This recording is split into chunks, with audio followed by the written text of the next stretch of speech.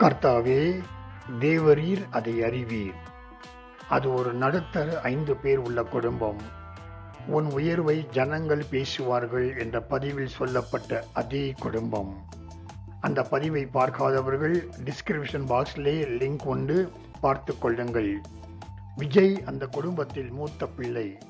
5,000 ரூபாய், 10,000 ரூபாய் போன்ற வேலைகளுக்கு நேர்முக தேர்வு சென்று எந்த வேலையும் கிடைக்காமல் தொடர்ந்து வேலைகளுக்கு முயற்சி செய்து கொண்டிருந்தான். கர்த்தர் மேல் அதிக பற்றுள்ள குடும்பம். 5,000, 10,000 ரூபாய் சம்பள வேலையே கிடைக்காத பட்சத்தில் 80,000 சம்பளத்தை உடைய ஒரு வேலைக்கு விடிந்தால் நேர்முக தேர்வுக்கு செல்ல வேண்டும். ஆனாலும் அவன் வேதத்தை வாசித்துக் கொண்டிருந்தான். எசேக்கியேல் 37வது அதிகாரத்தை வாசிக்க துவங்கினான். அந்த அதிகாரத்தின் துவக்கத்திலே, இதோ இந்த உலர்ந்த எலும்புகள் எல்லாம் உயிரடையுமா என்று எசேக்கியேலிடம் கர்த்தர் கேட்க, எசேக்கியேல் தன்னுடைய உணர்வுகளுக்கு இடம் கொடுக்காமல் கர்த்தரையே நம்பி, கர்த்தாவே, தேவரீர் அதை அறிவீர் என்றான்.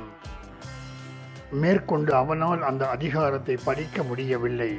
கர்த்தர் மீண்டும் மீண்டுமாக எசேக்கியேலின் பதிலையே அவனுடைய இருதயத்திலே விதைத்துக் கொண்டிருந்தார்.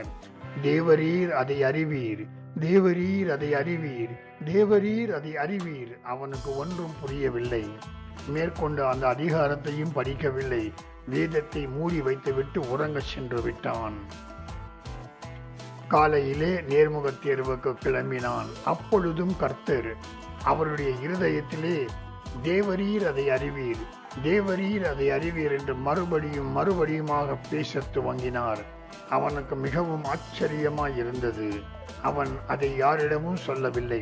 மௌனமாக ஜெபித்துவிட்டு நேர்முக தேர்வுக்கு கிளம்பினான்.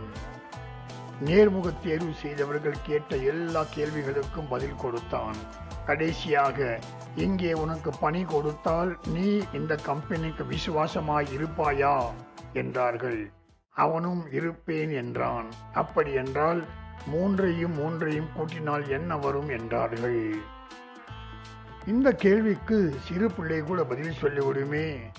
இந்த கேள்வியின் பதிலுக்கும் கம்பெனிக்கு விசுவாசமாய் இருப்பதற்கும் என்ன சம்பந்தம் என்று அவன் யோசித்தான். அவன் மௌனமாக கர்த்தரையே நோக்கி பார்த்தான்.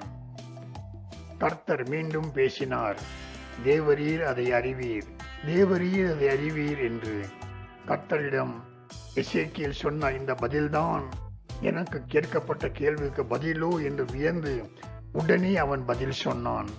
அவன் சொன்ன அந்த பதில் நேர்முக தேர்வு செய்தவர்களை வியக்க செய்தது. அவர்கள், நீ இந்த கம்பெனியில் வேலையில் அமர்த்தப்படுகிறாய், சம்பளம் 80,000 ரூபாய் என்றார்கள். அவன் சொன்ன பதில், நீங்கள் கேட்ட கேள்விக்கு உங்களுக்கு என்ன பதில் வேண்டுமோ அதுதான் என் பதில் என்றான். கம்பெனி என்ன நினைக்கிறதோ அல்லது சொல்கிறதோ அதை நான் செய்வேன் என்பதுதான் அந்த பதிலின் அர்த்தம். தேவனுக்கு உண்மையாக இருக்கிற பட்சத்திலே கர்த்தருடைய தாமதம் பெருத்த ஆசீர்வாதம் என்பதை நினைவில் வைத்துக் கொள்ளுங்கள். வேத வசனங்கள் நம்மை வழி நடத்தும்.